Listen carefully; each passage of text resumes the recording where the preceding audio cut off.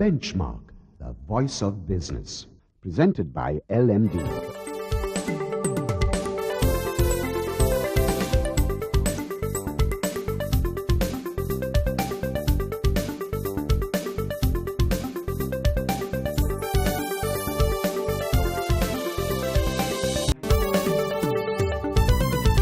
On this edition of Benchmark, the Managing Director of Sanken Construction, Ranjith Gunatilleke, joins us on the program today and gives us his take on Sri Lanka's construction industry. Up next, LMD columnist Hasla Premratna updates us on investor sentiment and market performance. And in our final segment, Travis Gomez, Product Head of Frontier Research, discusses shifting population demographics and the challenges ahead for Sri Lanka. That's the lineup for Benchmark. Welcome to yet another edition of Benchmark. I'm Savitri Rodrigo. With the rapidly changing skyline of our commercial capital here in Colombo, signaling a thriving construction industry, there are issues, however, that need to be discussed, that need to be aired, and also there are positives as much as the negatives. So we've invited Ranjith Gunatilleke, the President of the Chamber of Construction Industry, who's also the Managing Director of Sanken Construction, to give us his perspective on a range of issues that relate to the players in the industry, the environment, as well as the country as a whole. So welcome, Mr. Gunatilleke, to Benchmark. Good to have you. Could you just give us a brief overview of Sri Lanka's construction industry, the way it is right now? Savitri, it's correct that you said it's booming. That is what you can see. And it's true. Probably when you say booming, it may be the booms, the crane booms that's going all over. But for developing countries, the industry booming is mostly, it should be the infrastructure rather than the buildings. It's correct, the present situation is your comment that the construction is booming. So we have certain infrastructure development as well as the urbanization, the buildings, they're coming up mostly in the cities. That's correct. Now, if you look at the industry, its contribution to GDP, however, fell to 7.1% of GDP, although cement production grew by 4.6% and imports grew by 7.1%, and the respective growth rates also have shown considerable growth, 17.8% and 29.5% in 2016, of course. How would you assess the industry's performance following the post-war boom?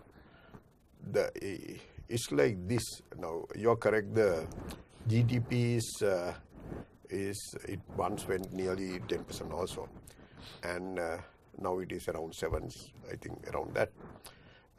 The post-war situation, now when you say that we had the ethnic issues, I don't say it's so more, but for that 30 years, we didn't have a complete destruction as such, because our system worked.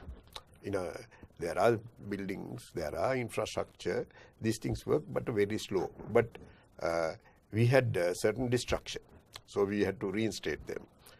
But no one positively thought of putting some finance and bring the industry up. But you take it the complete, the post-war in the sense after 2009. Now by next year it is 10 years. So 10 years is a fairly big period. So where do you think we should have been in 10 years? Yes. First thing is the construction discipline. Right. By this time, soon after post-war situation, after 5 years, we should have a very clean procurement system in this country.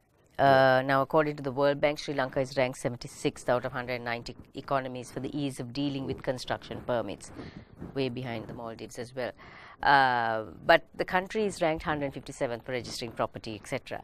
That really doesn't mean a thing because, as you say, if there's no regulation, everything falls apart, the standards, the certifications, everything. What regulations can be brought in immediately to facilitate the industry and going in? It's like this. We had, maybe you are familiar with this word, we had ICTAD, right? That is a place where guidance are provided for the industry. Now we have a CEDA, which is a construction industry development authority, is a regulating body, and they have the authority. So last 3 years we are trying to get certain rules and regulation implemented as per the act, right? Now out of those rules and regulations, we managed to put in only 5 rules and regulations. There are 20 is lying either in the government gazette to be gazetted or in the ministry itself. I can't say inefficiency or anything, but it's there 20 for the 3 years. That is something like that. You know, one thing, we want to see that the proper contractors only doing construction in this country, especially after so many buildings collapse here. Right? So, but it's in the rules and regulations. But our process take long time to make that as a regulation. Until such time you can't.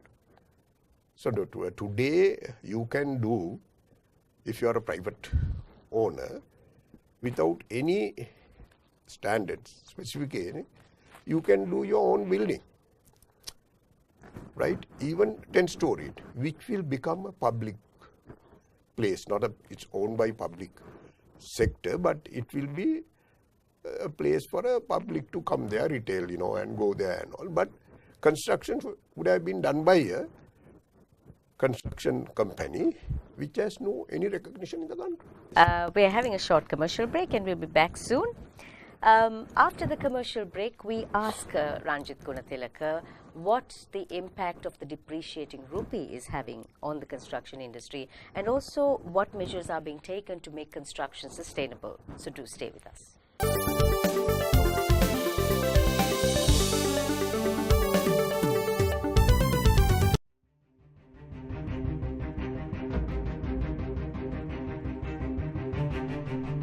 When we entered the industry in 1995, a new star was born as a fully owned subsidiary of People's Bank. For those seeking to grow their businesses, PLC provided the seed.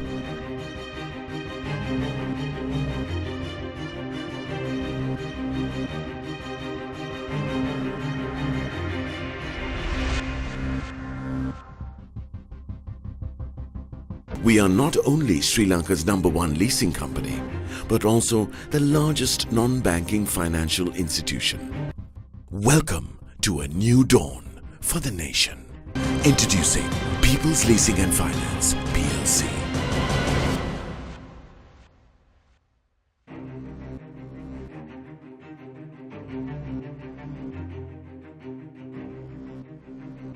LMD is making waves, airwaves. The next big thing from Sri Lanka's pioneering business journal, LMD Podcast, now online. Listen to our articles on the go at www.lmd.lk. Select, play, listen. It's that simple.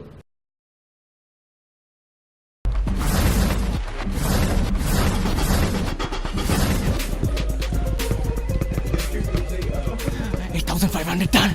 1,500 to go. Hoorah! What on earth are you doing? I'm making money. You're crazy. Crazy for money.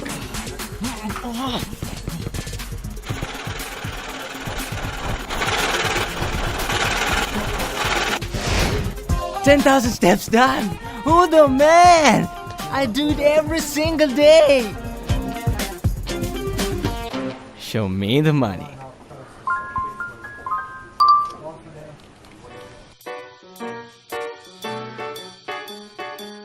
So you run 10,000 steps every day, huh? You must be fit. Some days I do 20,000.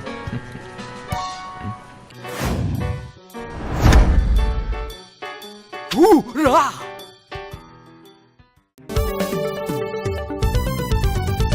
Thank you for staying with Benchmark. We're discussing the construction industry with the President of the Chamber of Construction Industry and Managing Director of Sankin Construction, Ranjith Gunatilleke. Ranjith, if we are looking at development, equitable development, is it being done across the country balanced? It's like this. now in the whole world, urbanization is taking place, right?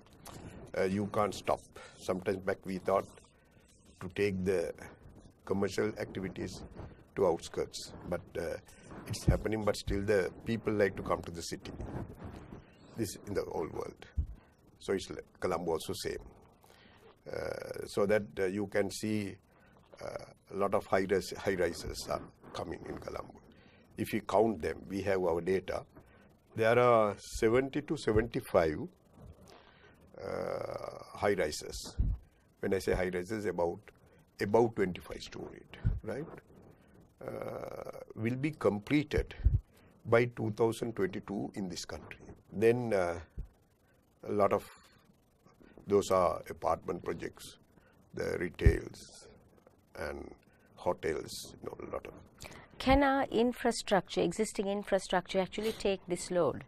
This you should ask from the people who are controlling the infrastructure, but I believe they are looking into that.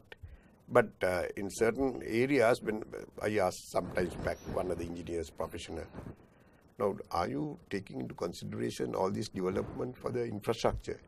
They say we can spend money for the infrastructure, borrowed money or something we can pay. If this development doesn't come, we are wasting money on the infrastructure.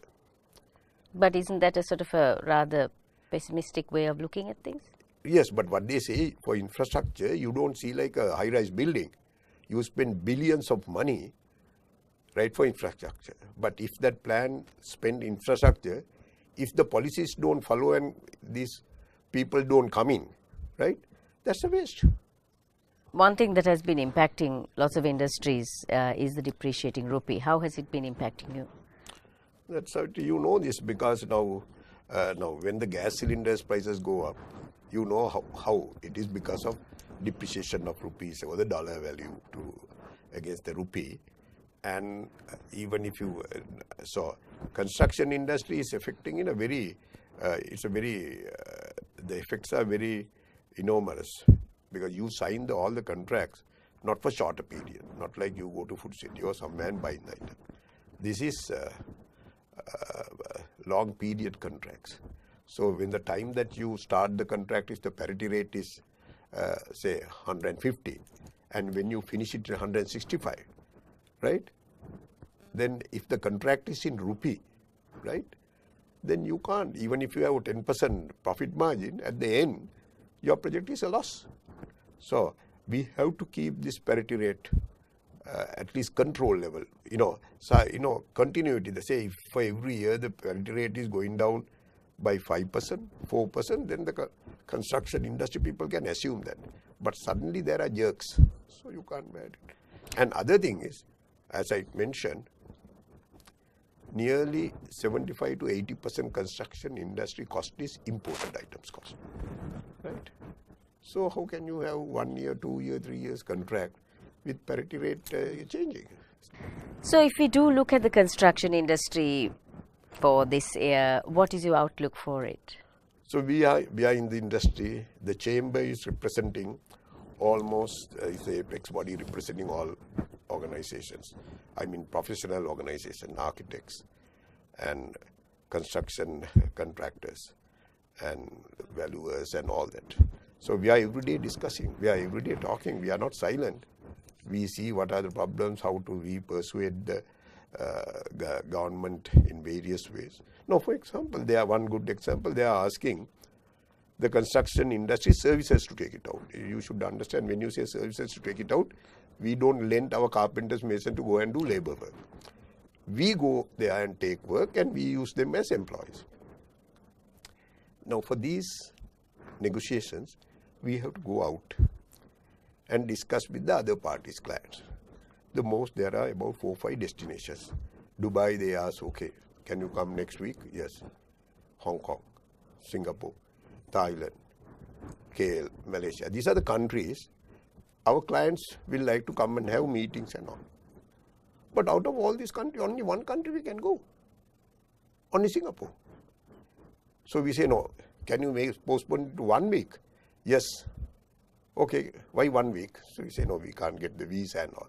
So there itself we put ourselves down. But to tell you frankly, even 1 week, we can't assure to go to the island. Because it might take 2 weeks. They also don't. So we were telling our foreign ministry, we have sent letters. I'm very open listening. But no response. I can't understand why they are not looking at this positively. Well, some interesting perspectives there, Mr. Gunatilleke. Thank you very much for joining us on Benchmark today.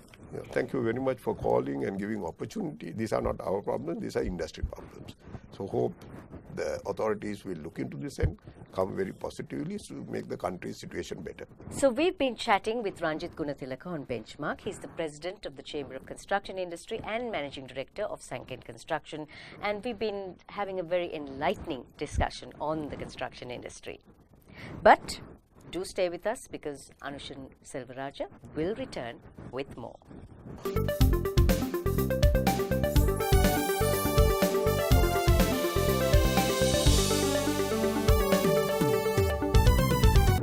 Sri Lanka's #1 leasing company is now the nation's largest and highest rated finance company with 2 international ratings. Let us move the nation as one with People's Leasing and Finance PLC.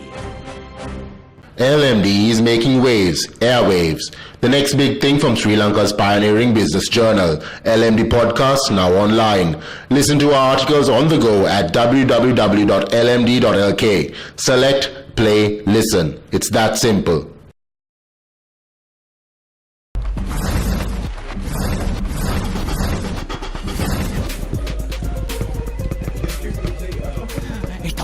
Done.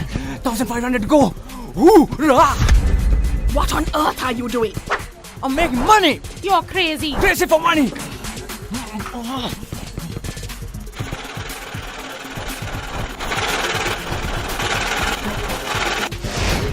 10,000 steps done. Who the man? I do it every single day. Show me the money.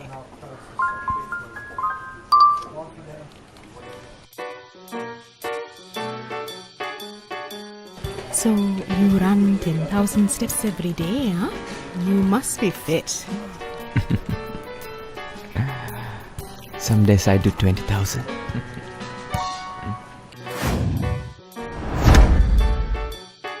Hoorah!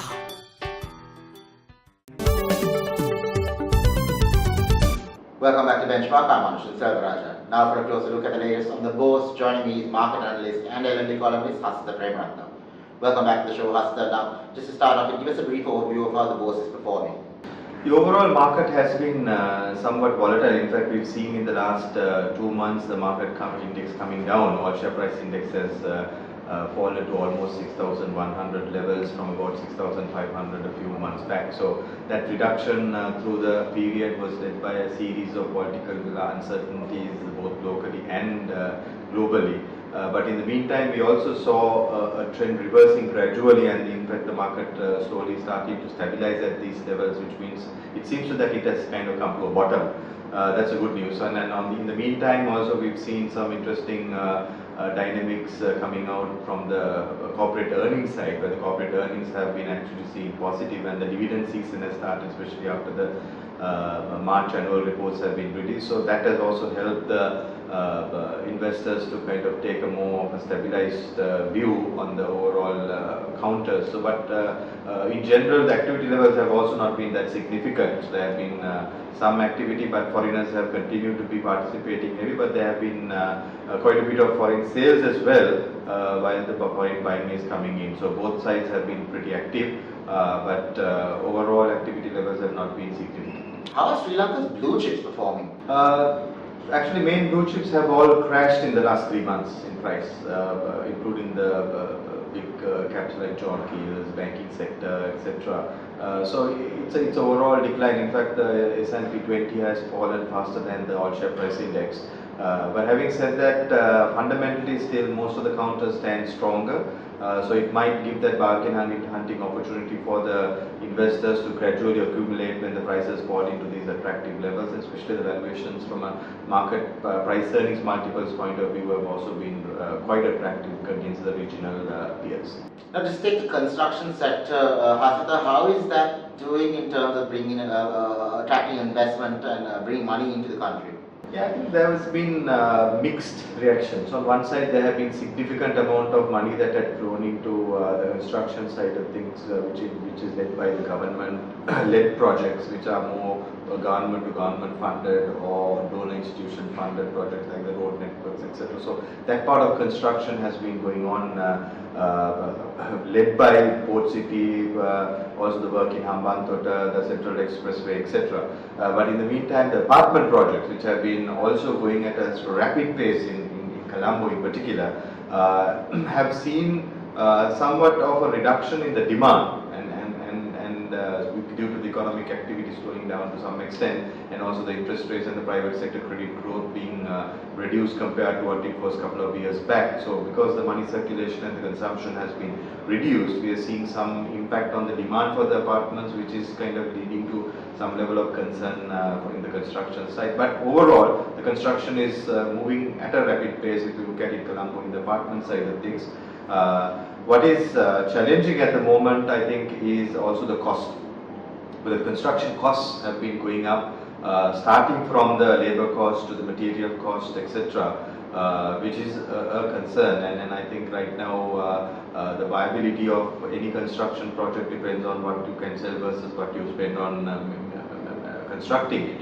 So that's where there's a little bit of a debate or a concern that is looming up, which I assume that will get resolved in the coming months, especially with some sort of a price adjustment that will be needed into the construction cost as a whole. Thank you very much for joining us, Hasita. Thank you. That was market analyst and LMD columnist Hasita Premratna. We'll be right back after a short commercial break. Stay tuned.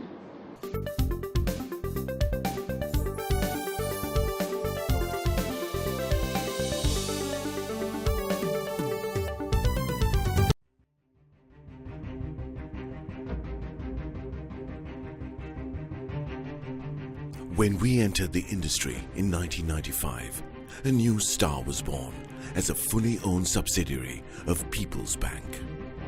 For those seeking to grow their businesses, PLC provided the seed.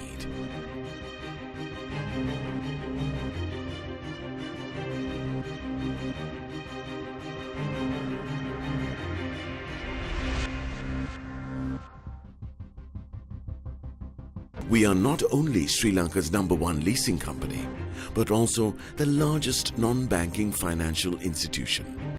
Welcome to a new dawn for the nation. Introducing People's Leasing and Finance, PLC.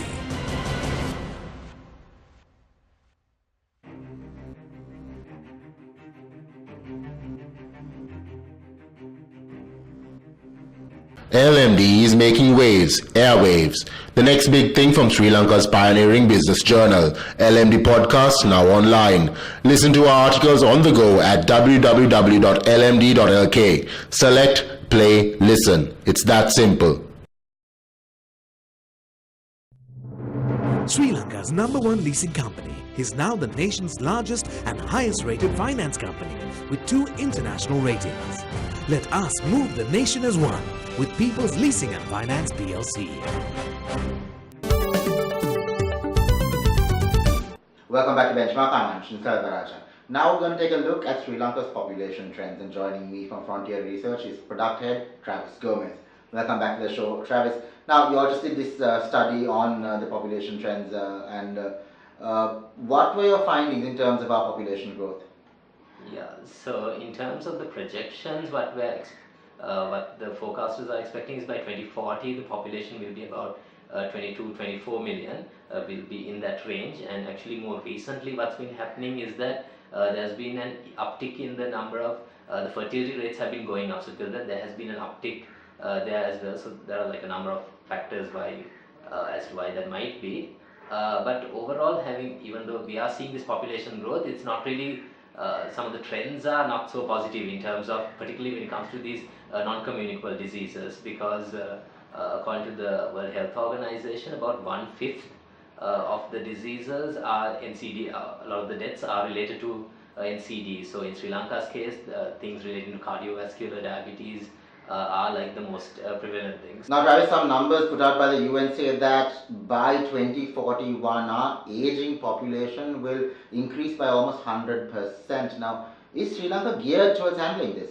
So just to give you some background in terms of aging population, so this is like the usual phenomenon that you see as a country's health standards improve. What you see happening is that the life expectancies increase. So because of that, the people who are above 65 years, who we classify as age, that chunk, that share of the population increases. And currently the projections are by 2040, about 1/4 of the population will be in that category. Apart from that, the other thing that is also interesting to note is that the people who are in the very old category, that's the people who are above 70, above 80, that share is also increasing.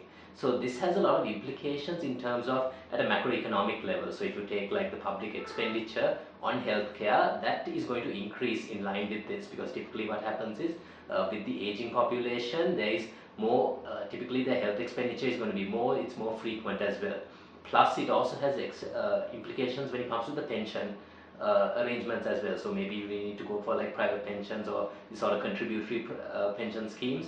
So those are the aspects that we need to look at, and really we haven't as a country really invested in that because there's a lot of there's considerable needs when it comes to these sort of specialized care like this geriatric care and these sort of assisted living, people who can support in that. So at the moment we haven't really, as a nation, haven't really geared towards that. What were your findings with regards to female labor force participation? So at the same time that you have this aging population, you also have the population, the working age shrinking. Now, in Sri Lanka's case, we've had, when it comes to male labor participation, it's been fairly high, like in the 75% range. But when it comes to females, even though we've seen this big improvement in the health standards, usually what happens is as health standards improve, as the family sizes become smaller, we tend to see more and more females participating in the labor force. But in Sri Lanka, what we've seen is that actually the female labor participation has kind of been stuck at like this 35% level. So what we are seeing is that, so even if you take globally, this is kind of like the usual phenomenon that happens. So because it's a lot to do with sort of structural reasons and cultural reasons why. So usually it's only when you get to like a very developed state of the economy will you see that this sort of big shift happening. There are more females coming to the market. But in Sri Lanka's case, actually there is a case where you really need to encourage this, because when it comes, because most of, the majority of the population is female and the more educated population is also female. So we are kind of like squandering the opportunity in terms of not making full use of our potential. So if you look at some of the things that even the private sector can do, one sort of big barrier to this is when it comes to the provision of like these daycare centers and things like that. So those are some of the investments, some of the even the private sector needs to look at in order to facilitate. Thank you very much for joining us, Travis. Thank you. That was product head from Frontier Research, Travis Gomez. Thank you for watching Benchmark, and we hope to see you again next time.